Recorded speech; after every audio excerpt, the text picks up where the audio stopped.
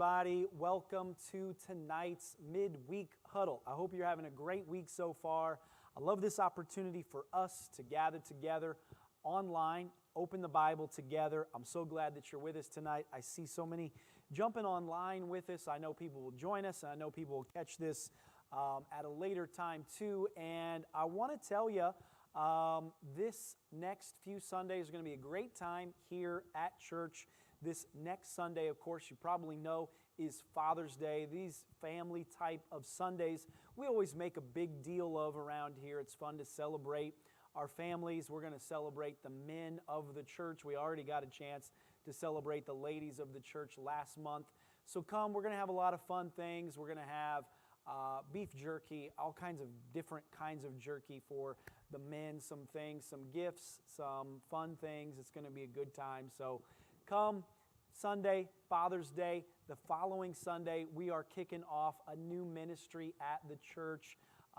It is our La Promesa translation ministry. We're going to celebrate that day. That's going to be on the 27th. And then the following Sunday is July 4th. So start your holiday here at church. We're going to have fun things. We're going to have food. It's going to be a great time. So next 3 Sundays, big Sundays here. But for tonight, we're together virtually. So I want to share something with you. I love these, able to just kind of dive into the Bible, draw some things out that will build you up, make your life better, things that you can really just apply immediately into your life. And that's really what tonight's is. I'm going to go to Psalm 5, and I'm the 5th Psalm, Psalm number 5, and I'm going to stay in that Psalm the whole night tonight. So if you have a Bible, I'd encourage you to open it up. You can make some notes. If you're on your phone, maybe grab an iPad that has a Bible, whatever it is, because I'd love for you to follow along. I want to read to verse 3, then I'm going to read verse 7, 8, and I'm going to read verse 11 and 12. I want to call this, my Bible here calls this a prayer for guidance. So I don't know, God's guidance plan is kind of what I was thinking of as far as titling this, because I want to give you just a few keys here to allow God to guide our lives. And this is what David has wrote in Psalm number 5. It says in verse 1, "Give ear to my words, O Lord. Consider my meditation. Give heed to the voice of my cry, my King and my God, for to you I will pray." Then it says in verse 3, "My voice you shall hear in the morning, O Lord. In the morning I will direct it to you, and I will look up." I'm going to skip down to verse 7. "As for me, I will come into your house in the multitude of your mercy. In fear of you I will worship toward your holy temple. Lead me, O Lord, in your righteousness because of my enemies. Make your way straight before my face." Skip down to verse 11. "But let all those who rejoice put their trust in you. Let them ever shout for joy because you defend them. Let those who love your name be joyful in you. For you, O Lord, will bless the righteous. With favor you will surround him as with a shield." I love this psalm here, and I'm going to draw a few things out of it. David is praying that God will guide him, God will put favor on his life, God will bless him. But then also David resolves to do a number of things here that I want to draw out in order for God to really guide us. And I see 5 things. So I'm going to give you 5 things tonight. Buckle up. We're going to go quick. Grab a pen, grab a piece of paper, write in the margin of your Bible, whatever you want to do. The first one I want to draw out of verse number 3. It says that David, every day, verse number 3, it says in the morning, he is going to look up. Look up. Every morning, he's going to look up. And so I would say the first key here is that you've got to get God's perspective. Every morning, get God's perspective. I love somebody said it this way. They said, if you want to get the truth every day, read the Bible. Get into the presence of the Lord. Have a time of prayer. because the rest of the day you're going to hear people's slant, people's bias, people's sales pitch. You're going to hear half-truths, whatever it is. Get God's perspective for your life, for your family, for your business, for the world. Look up and get God's perspective. David says this. He says, every morning, it's verse number 3, every morning I'm going to look up. I think it's important to look up because a lot of times we can be down in, people kind of say, down in the weeds. It's easy to get down into the weeds and get distracted by the small things and we can miss the big things that God is really trying to show us. We can get distracted with the minor and miss the major. And perspective is so very important. What's the old saying? Is that you can miss the forest for the trees. If you've got a tree right in front of your face, the tree is all that you see, and you don't see the forest. I made a little example on a Sunday message a few weeks ago that the sun is very big. We live in the Sunshine State. But if I wanted to, I could go outside and put my thumb right in front of my eye, and I could completely block out the sun. Now, the sun is much bigger than my thumb, but it shows you perspective, right? This is why David talked a lot about magnifying the Lord. In worship, we magnify the Lord. Giving the beginning of your day, look up, magnify God. He is much bigger than your problems. My thumb is not bigger than the sun, but if my perspective is right, my thumb is right in front of my eye, then that is blocked out. This is how it is. We can get down in the weeds. We can have a tree right in front of our face, and we miss the forest for the trees. I think sometimes we can get down into my experience for the day, what's going on in my day, or what just happened in this moment, and I can forget the sum of my experiences of all that God has done for me. Remember David, he's got Goliath right in front of him, and he could have just had, been overwhelmed by the shadow of Goliath in that moment, but he chose to look at the sum of his experiences and say, God was with me when I fought a bear. God was with me when I fought a lion. God was with me every night when I'm tending my father's sheep on the hillside. And He's going to be with me in this moment. So oftentimes we can allow that moment to overwhelm us. But if we step outside of it, get God's perspective, see the sum of our experiences, then we won't be so afraid and so overwhelmed by today's issue or by today's problem. Oftentimes, when we get God's perspective, we realize that God is He's preparing us. He's purifying us. Sure, I'm going to go through things. I could wish away all of my problems, wish away my trials, wish that things were simpler. But in reality, God is doing all things well, and He is shaping me. He is molding me. And so I've got to pray in the morning. I've got to look up and say, God, I need your perspective for my life and for my world today. This is what the prophet prayed over his servant when the servant came to Elisha and said, we're surrounded by the Assyrians. They're coming from every direction. Prophet, what are we going to do? And the prophet put his hands on the young servant and said, Lord, open his eyes to see. And then, of course, you know the story that his eyes were opened to see the spiritual world, not just the natural world. In that moment, he got more than just a natural perspective, but he got God's perspective.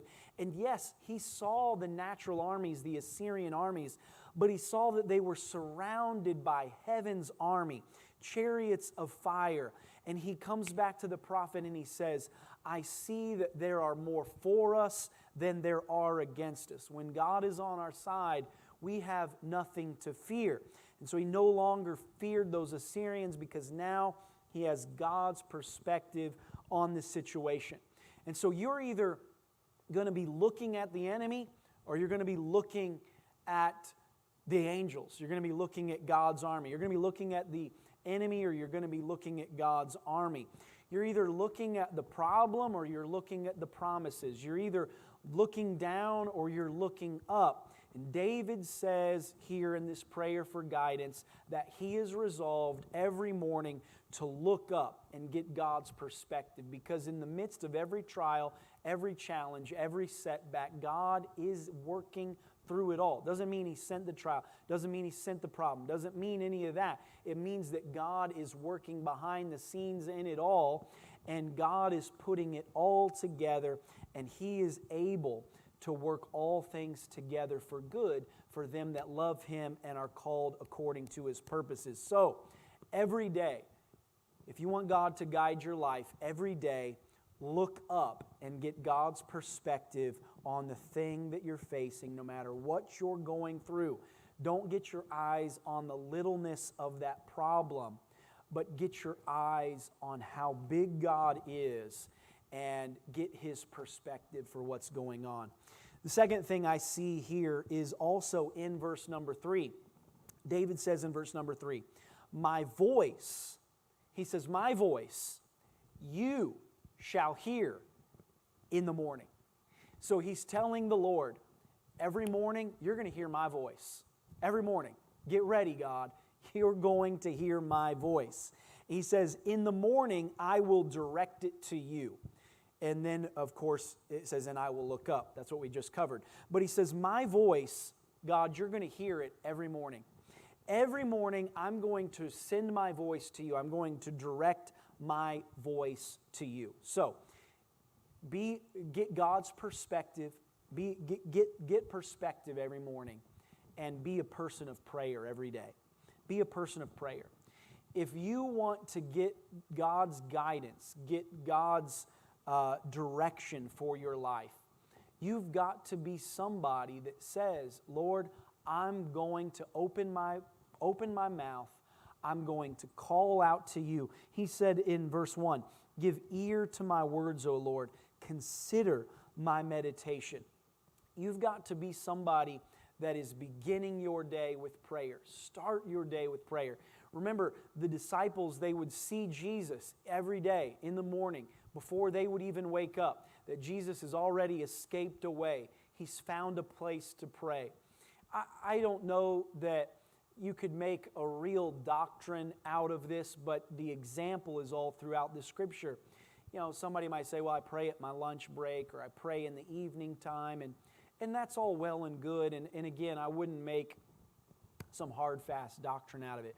But I believe there's something special about putting God first in your day. It guides your day. It sets the direction, sets the course. Just a few minutes can change the rest of the other 23 hours of the day. Just 5 minutes can change the other 23 hours and 55 minutes of your day, because you're calling out to the Lord. He's hearing your voice. You're hearing His voice. There's this dialogue, this communication in prayer, and there's this you're in the throne room of heaven. You're receiving God's plan into your life. You are filtering your desires, your efforts, your endeavors through prayer. And David says here, in order for me to get God's guidance, I'm going to look up every day and get His perspective. But He's also going to hear my voice, because I'm going to be somebody that prays. Number 3, I see here in verse 8. And so not only am I going to get God's perspective, I'm going to have my perspective changed. I'm going to be a person of prayer. But I also see that this is really how I get God's guidance in my life, is verse number 8.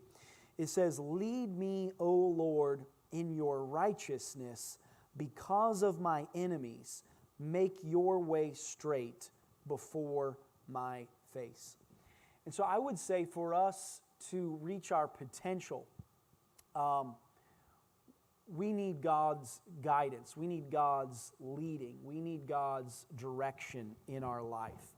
He says, lead me in the righteousness. Lead me in the right paths, because I have enemies.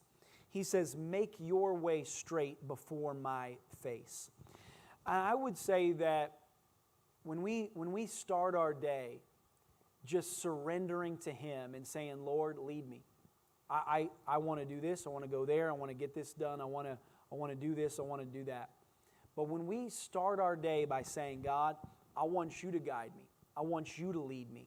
Now all of a sudden, I'm being led down the right paths. I'm reaching the potential that God has for me. I'm doing His perfect plan. I'm doing His perfect will because I've surrendered my day. I've surrendered myself and saying, Lord, you lead me. I want to be led by the Holy Spirit today. If you'd have me to talk to somebody, I want to be open to that. If you have this endeavor for me today, I want to be open to that. I want my footsteps to be ordered of the Lord. And just having that spirit of saying, God, I want you to lead me. I want you to direct me. I want you to guide me. All of a sudden, now I am enacting His plan for my life and His power and His purpose, His authority in my life. And so I think that's so key to every day to just be malleable, be pliable, be moldable and say, God, I don't want to be too rigid here. I don't want to write you off and just be so busy that I'm not giving my day to Him and being sensitive to what He would have me to do. And so every day, I'm going to get God's perspective over my life, over my world. I'm going to be in prayer. But I'm also, in order to be guided, to be led, I'm going to surrender my day, my life to Him. The fourth thing I see is in verse number 11. It says, But let all those rejoice who put their trust in you. All right, so I can rejoice now. I can rejoice because my trust is in Him. And then it says, let them ever shout for joy because you defend Him. And then it says, let those who love your name be joyful in you. So I see this 3 times. Rejoice, joy, and joyful. When we're able to do this, we're able to have joy in this day. We're able to have joy on the journey that God has for us. So I'm getting His perspective. I'm opening my day in prayer. I'm surrendering it and being led. But now I'm also having joy in this journey because I've put my trust in Him, and I can shout for joy because now He's defending me. And let also those who love your name be joyful in you. So, your day is much better now that joy is in it. You are more effective with people. You are more productive as being positive, as having joy in your day. Negative people, they don't accomplish things. They're tearing things down. They're critical. They just point out things that haven't happened or can't happen.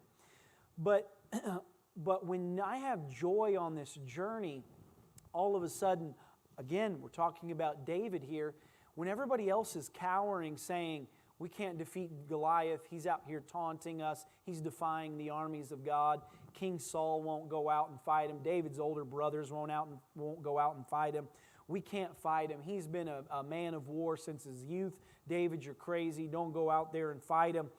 David did not see this huge enemy.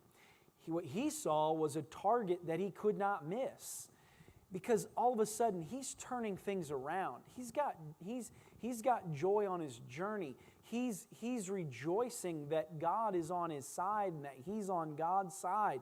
And so faith begins to rise now, because it says here, I can rejoice because my trust is in you. Faith is rising. Let them ever shout for joy because you are defending them. All of a sudden now, I've got faith to accomplish what God is calling us to do. And so that shapes God's guidance for you. That shapes God's plan for you. He can do more in you and through you because now your faith has risen up to the level of God's plan and purpose in your life. The last thing I would say here is in verse number 12. It says, "For you, O Lord, will bless the righteous with favor. You will surround him as with a shield." So, when I've done this, David, this is the last verse of Psalm 5. David is saying, because of all these things, you are blessing, but you are blessing the righteous. It comes with a condition. God's not just out there blessing everybody. God's blessing isn't on everything. God's blessing isn't on everything we do. But when we are on the right path, when we are doing the right thing, when we are following the right way, when we are following His Word, now He's blessing the righteous, those that are following the right thing, those that are doing the right thing. All of a sudden, now God's blessing is on them, and with favor, He'll surround us like a shield. And so when we have done these things, when we've got God's perspective, when we open our day with prayer, when we see, when we surrender our day and we allow God's leading and surrender it and allow God to lead us, and when we have joy on that journey, now I can expect God's blessing, I can expect God's protection, I can expect God's provision in my life, because God owns everything. And if God owns everything, He can steer it, He can guide it, He can direct it. And this whole thing here is about putting God first. When we put God first, God blesses the rest. When you give God the beginning of your day, the rest of your day is blessed. When you give God the first day of the week and you're here in this house for worship and the Word, the rest of your week is blessed because you gave Him the first.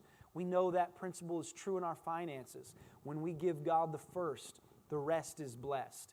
This tells us right here that His blessing is on the righteous. And so when I give myself to Him, the rest is blessed. Put God first, and you can expect, this is what this verse says, you can expect God's blessing, you can expect God's protection, He'll be a shield, you can expect God's provision. The blessing flows when somebody, for the righteous people, when they've instituted God's Word in their life, when they're living in grace, walking uprightly, that is enacted in their life. And so put God first. People talk about what does that mean to put God first? It just means to put God first in every aspect, every avenue, every genre, every category of your world, of your life. David here is being very specific about how he starts his day with God hearing His voice, with looking up. Start your day that way. Start your week in the house of God. The rest of your week will go differently. It will be blessed. Bible teaches us that God is able to bless the rest. He's a jealous God. It's one of the 10 Commandments, not to put any God before Him. He's got to be first in your life. And when God is first in your life, He has a way of blessing the rest. The old illustration goes that sometimes people, they just want God to kind of be in the back seat of their car and they're driving. I've seen bumper stickers say, "God is my co-pilot." I think sometimes people just keep Jesus in the trunk of their car, just, kind of as a bumper sticker, like, hey, He's along for the ride. They'll pull Jesus out of the trunk on the way to church, and this is the Sunday morning or whatever else, and then He goes back in the trunk. The Lord goes back onto the bumper sticker of their life for the rest of their week, and they go about, do whatever they want to do, drive wherever they want to go. Some people are more spiritual, and Jesus is their co-pilot, and I've seen that bumper sticker a lot of times. But for God to really be first in your life, you have to give Him the driver's seat. You've got to give Him the steering wheel. This is what David is talking about. Lord, You lead me. Lord, You drive the car. Lord, You're going to hear my voice. Lord, I want Your perspective. When we put God first, the rest is blessed. And so let Him, this is what it is, it's a prayer for guidance.